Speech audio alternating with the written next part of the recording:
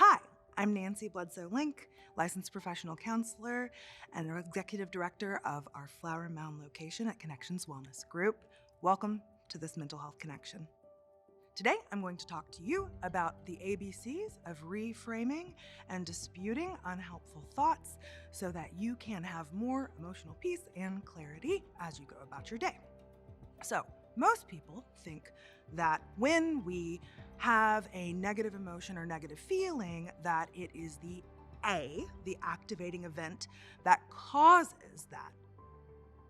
Actually, there's a B and a C involved that we are not always paying attention to that can be very helpful for you to recognize and then D, dispute as you're going along. So A is the activating event.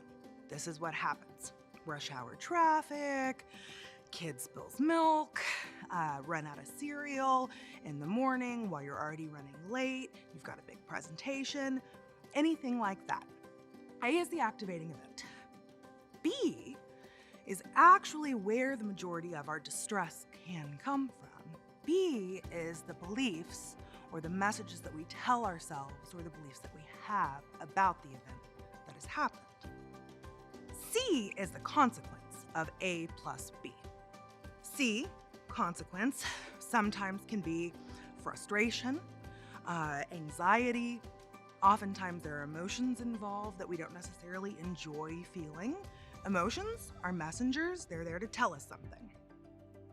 Also, sometimes C can have behaviors, yelling, losing our cool, slamming a cabinet, anything like that. So when we are experiencing an activating event that is then creating a C, consequence, that we would really prefer to be different, we can use D, disputing, to navigate this, reduce emotional distress, and we do this by figuring out what is B. So, when your child spills milk, what do you tell yourself about that situation?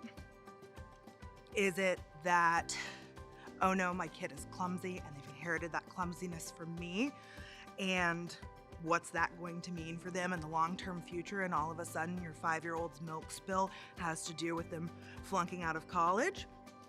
Sometimes B has to do with something we call catastrophizing, and we make it much bigger and much greater than it actually is.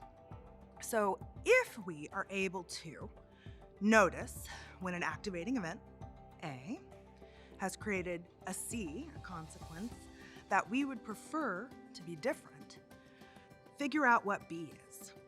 Ask yourself, what messages am I telling myself about this event that might be contributing to my emotional or behavioral response?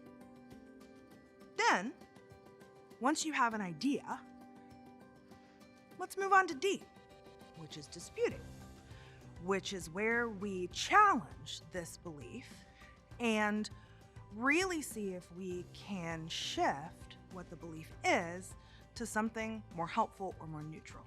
So, by figuring out what unhelpful beliefs you have that are related to activating events that cause you problematic or distressing consequences, emotional, behavioral, or otherwise, you can then challenge those beliefs by D, disputing, and neutralize the responses in C that you may really prefer to respond differently to. Thank you so much for listening to this Mental Health Connection. My name is Nancy, and I really hope that this has been helpful for you. Take care.